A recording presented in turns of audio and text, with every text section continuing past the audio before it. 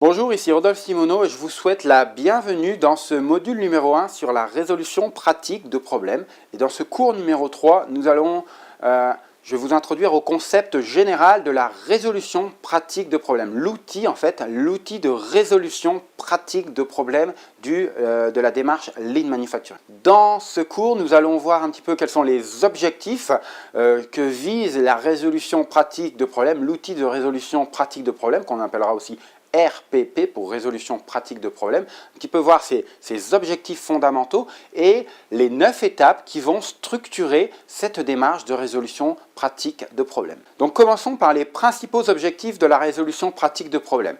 Eh bien, les principaux objectifs de la résolution pratique de problèmes sont les suivants. Tout d'abord, ça va être de résoudre les problèmes le plus rapidement possible. On a vu pourquoi c'était important de résoudre rapidement les problèmes. Je vous rappelle cette comparaison entre de la bière et du champagne. Donc c'est vraiment cet objectif d'éviter d'engorger l'organisation avec les petits problèmes dans la ligne hiérarchique. Donc résoudre rapidement les problèmes, c'est le premier objectif. Ensuite, ça va être d'aborder les problèmes de manière structurée d'une part, mais aussi de manière standard, d'aborder tous les problèmes de la même façon, de manière structurée et standard, de manière à apporter des solutions qui sont consistantes, cohérentes et uniformes dans les différents services, dans les différents niveaux de votre organisation. Et finalement, le troisième objectif, c'est vraiment d'impliquer les salariés dans le processus d'amélioration de l'entreprise à leur niveau. Donc on a coutume de dire que résoudre les problèmes un par un afin qu'ils ne réapparaissent pas. C'est vraiment l'objectif ultime finalement de la résolution de problèmes, c'est d'avoir des résolutions qui vont éviter que le problème ne ressurgisse par la suite. Alors les spécificités de cet outil de résolution pratique de problèmes, c'est que, on l'a dit, une démarche structurée et on va conserver les apprentissages que l'on fait dans cette démarche au travers ce qu'on appelle les feuilles A3. Donc les A3 qui sont aussi utilisées comme support de communication pour expliquer ce qui a été fait dans le cadre de cette résolution de problème. Donc ces supports sous format A3 vont pouvoir être affichés à différents niveaux de leur étape de résolution. Au fil des étapes, on peut continuer à les afficher et lorsqu'on continue de remplir le A3, on peut communiquer à l'aide de ce support au reste de l'organisation sur ce qui est en train de se passer sur ce thème, sur cette résolution pratique de problème qui est en cours et qui mobilise certaines personnes, plusieurs personnes de manière générale. Donc la méthodologie est vraiment adaptée à des problèmes qui sont critiques, des problèmes importants qui sont vraiment critiques pour l'organisation et qui nécessitent un effort collaboratif. Un effort collaboratif de la part soit de plusieurs personnes ou de plusieurs services de manière à vraiment résoudre de manière efficace le problème. Donc on est quand même au troisième niveau de notre pyramide de hiérarchie de problèmes. Donc le premier niveau, je vous le rappelle, c'était le Genshi Genbutsu avec la résolution, aller voir sur le terrain et amener les personnes à résoudre par elles-mêmes le problème. On n'a pas parlé ici des bandes de problèmes, mais les bandes de problèmes sont à mi-chemin entre le aller voir et la résolution pratique de problèmes. C'est un support sous forme de bande magnétique, donc l'objectif étant de pouvoir déplacer d'un service à un autre cette bande, dépendamment de comment évidemment est structurée votre organisation, mais avec un support amovible utiliser ce support pour enregistrer le problème, les étapes de résolution qui sont en cours et pouvoir déplacer ce problème entre différents services de manière à ce que chacun puisse se l'approprier ou chacun puisse exécuter les actions qui peuvent nécessiter.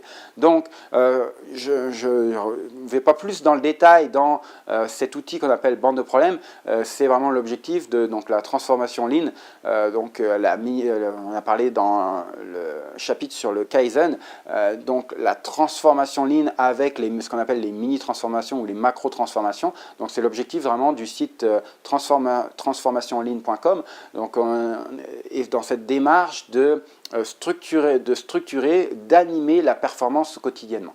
Donc comprenez simplement que c'est vraiment une bande sur laquelle on enregistre les problèmes et on apporte les solutions, est une bande amovible qui permet de déplacer le problème entre les différents services de manière à attribuer et à faire naviguer les différentes solutions apportées entre les différentes personnes ou les différents services qui doivent contribuer à cette à cette résolution de problème.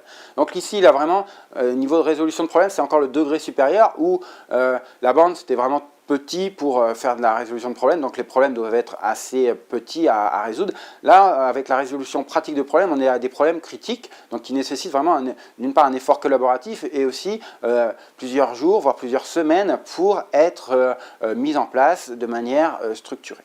Donc il y a 9 étapes pour déployer la résolution de problèmes dans le quotidien des organisations. Donc la première étape, et on va voir dans les prochains cours chacune de ces étapes de manière individuelle, mais je vous les donne maintenant en introduction de manière à ce que vous ayez une vue d'ensemble avant même de rentrer dans le détail de chacune d'entre elles. Donc la première étape, ça va être vraiment la définition du problème avant de pouvoir identifier comment le problème est apparu. Donc c'est la deuxième étape d'identifier les raisons, le comment ce problème est apparu dans notre organisation. Troisième étape, on va essayer de clarifier le problème et les objectifs de la résolution pratique de problème.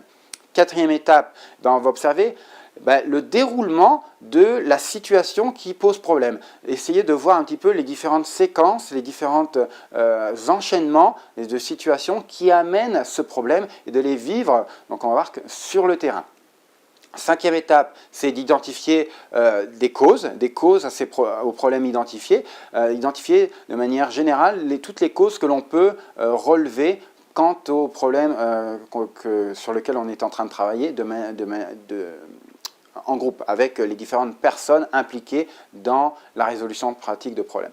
Sixième étape, à partir de ces causes, bien les challenger, utiliser certains outils comme les 5 pourquoi notamment, pour identifier ce qu'on appelle les causes racines du problème, aller remonter au niveau des causes racines de manière à apporter des solutions sur les causes racines du problème.